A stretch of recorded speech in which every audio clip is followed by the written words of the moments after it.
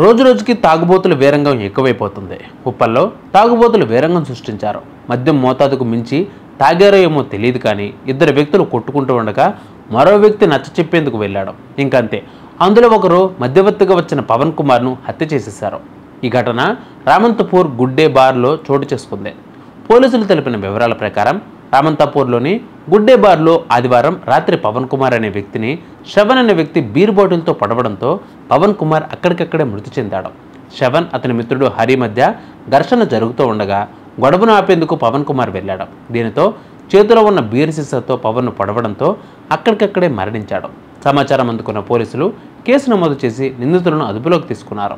మృతదేహాన్ని పోస్టుమార్టం కోసం గాంధీ ఆసుపత్రికి తరలించారు. పవన్ కుమార్, హరి, శ్రవణ్ ముగ్గురు పరిచయస్తులే. వీరిని అంబర్పేట్, పటేల్ నగర్ వాసులుగా పోలీసులు గుర్తించారు. ఇదిలా ఉండగా ఇంకొక వ్యక్తి ఓవర్ డ్రింక్తో మరణించాడు.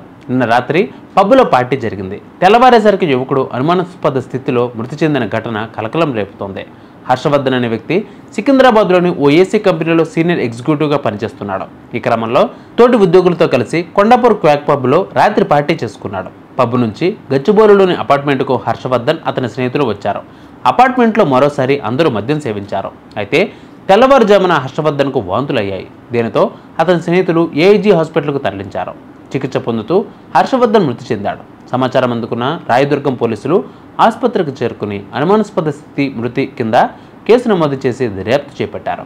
కాగా హర్షవర్ధన్ విజయనగరం జిల్లా ప్రసాద్ నగర్కు చెందిన వ్యక్తిగా గుర్తించారు.